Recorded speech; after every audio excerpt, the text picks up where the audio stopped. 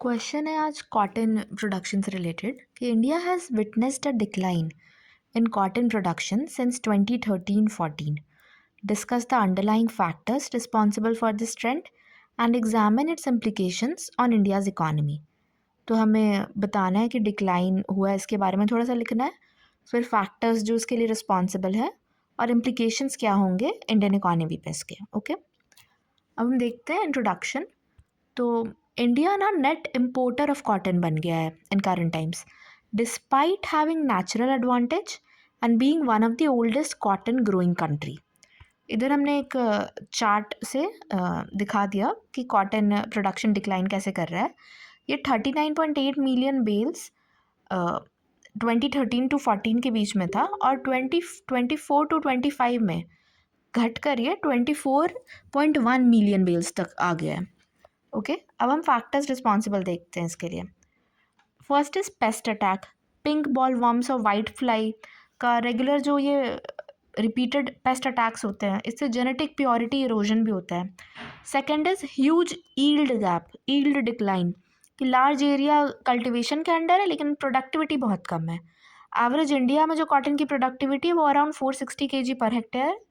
Global average जहाँ 770 है और चाइना तो अराउंड 1500 के आसपास है. फिर पॉलिसी इनर्शिया है. 2002 के बाद बीटी कॉटन 2002 में आया था. कोई जीएम क्रॉप रिलेटेड या एचटीबीटी कॉटन रिलेटेड पॉलिसी जो उसको सपोर्ट करते हुए है ऐसा नहीं है, मतलब रेगुलेटरी कोलेस्ट्रॉल से. फिर क्लाइमेट चेंज का भी इम्पैक्ट है. हीट और वाटर स्ट्रेस की वजह से लेबर प्रोडक्टिविटी भी रिड्यूस होती है. फिर increased input cost, GM seeds महंगे रहते हैं जो भी इसके इनपुट्स रहते हैं. फिर market volatility, global poly crisis का टाइम चल रहा है, इतना वॉर, ये सब सप्लाई चेन मैनेजमेंट में इश्यूज आ रहे हैं, तो ग्लोबल प्राइसेस में फ्लक्चुएशंस है और टैरिफ इश्यूज भी हैं. ओके, फिर कंपटीशन आर्टिफिशियल फाइबर से. At present global fibre consumption का अराउंड 70% मार्केट तो मैन मेड फाइबर्स के अंडर आ गया है. फिर टेक्नोलॉजी इनर्शिया भी है. Former prime minister doctor Manmohan Singh ने कहा था कि India's agriculture is suffering from technology fatigue. Okay, 9 point है कि एक ना cotton seed price control order आया था 2015 में. इसमें ना जो कॉटन की रॉयल्टीज़ होती थी उसको एकदम ही ड्रास्टिकली रिड्यूस कर दिया. इसकी वजह से प्राइवेट सेक्टर के पास वो मोटिव नहीं बना, मतलब रिसर्च डेवलपमेंट और इनोवेशन कॉटन सीड में आगे करना प्राइवेट सेक्टर को अनअपीलिंग लगने लगा, उनका इंटरेस्ट उसमें ख़त्म हो गया. ओके, अब हम एक इम्प्लीकेशंस वाले पॉइंट्स को शुरू करने से पहले एक पासिंग रेफरेंस में कॉटन का इम्पॉर्टेंस बता देंगे. कॉटन सिग्निफिकेंट क्यों है हमारे लिए, इंडिया के लिए. तो cotton has utmost significance in India's socio-economic landscape with around 60 lakh farmers और 10 करोड़ एम्प्लॉयज़ है. डायरेक्टली और इनडायरेक्टली वो 10 करोड़ लोग को जॉब दे रहा है. और second largest livelihood opportunity provider है. एग्रीकल्चर के बाद textile second largest livelihood opportunity provide करता है. फिर इम्प्लीकेशंस देखते हैं इंडिया के इकोनॉमी पे. तो trade imbalance, net importer tariff issues, textile industry shock with costly raw material.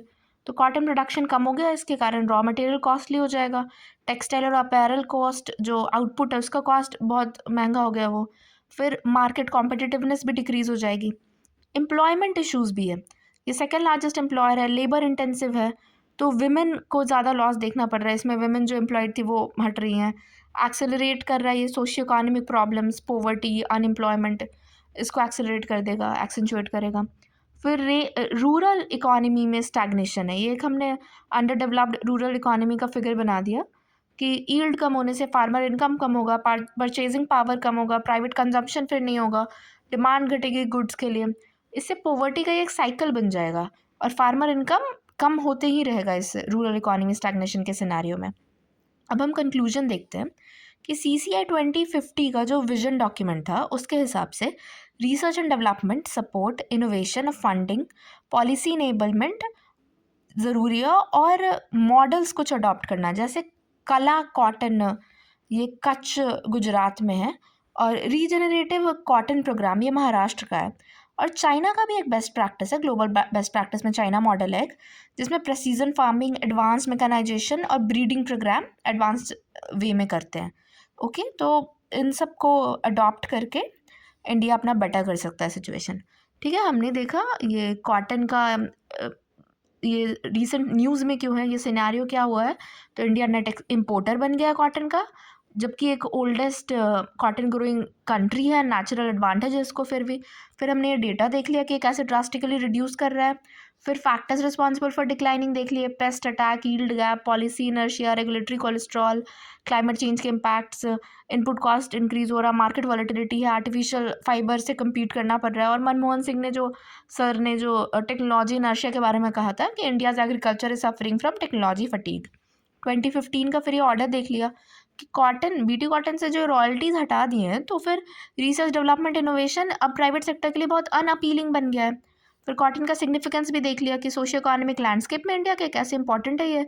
60 lakh farmers को इस पर डिपेंडेंट है, 10 करोड़ एम्प्लॉयज़ को डायरेक्टली या इनडायरेक्टली ये जॉब देता है, second largest livelihood opportunity provider है। फिर इसके इम्प्लीकेशंस देख लिए, trade imbalance, textile industry shock, rural economy stagnation, employment issues. और वे फॉरवर्ड में CCI 2050 का जो विजन डॉक्यूमेंट है कि रिसर्च डेवलपमेंट इनोवेशन फंडिंग करना है, पॉलिसी इनेबलमेंट और कला कॉटन रीजनरेटिव कॉटन प्रोग्राम और चाइना मॉडल जैसे मॉडल्स को अडॉप्ट करने से बेटर रहेगा। इंडिया अपना कॉटन का प्रोडक्शन सिनेरियो चेंज कर सकता है। Okay, thank you.